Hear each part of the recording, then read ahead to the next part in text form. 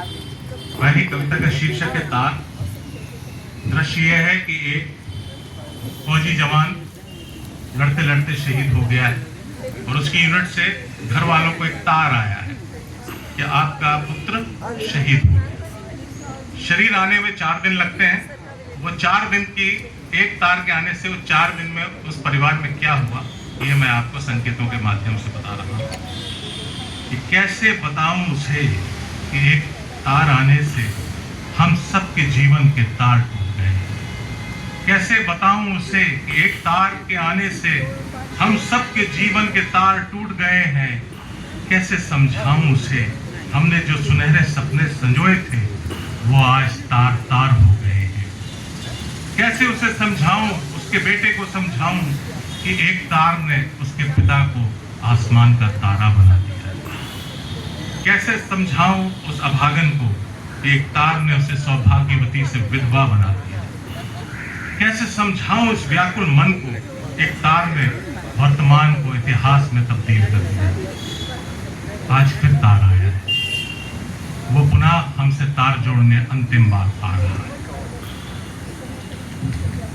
अब दृश्य यह है कि कॉफिन में शरीर आ गया है, घर के बाहर तिरंगा में लपटा हुआ ताबूत पड़ा है और पत्नी पहली बार आके उसको देखती है। एक छोटी सी गजल है और इसको आप लोग यदि आंख बंद करके वो दृश्य को इमेजिन करेंगे तो आपको ज्यादा अच्छी लगेगी कि कैसे उसने मांग का सिंदूर मिटाया होगा। कैसे उसने मांग का सिंदूर मिटाया होगा। एक पल में जिंदगी को कैसे गंवाया होगा। जिसकी एक झलक पाने थी जो बेकरार, जिसकी एक झलक पाने थी जो बेकरार, कैसे उसने कफन मुंह से हटाया होगा।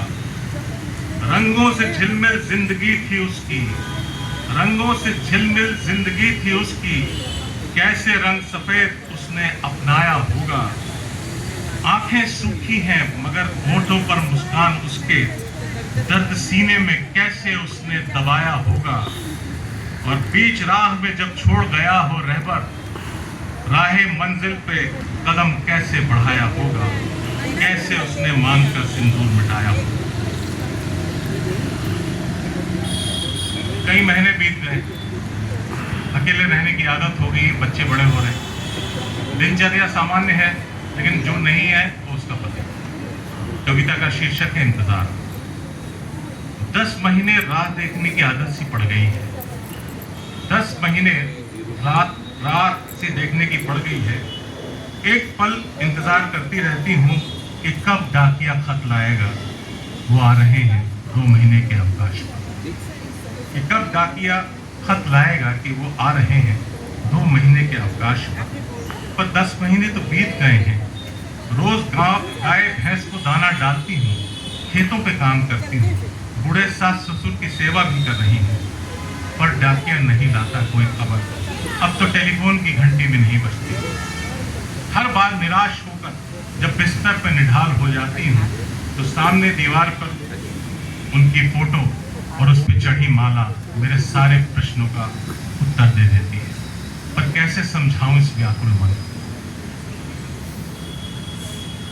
अगली कविता का शीर्षक है दुविधा।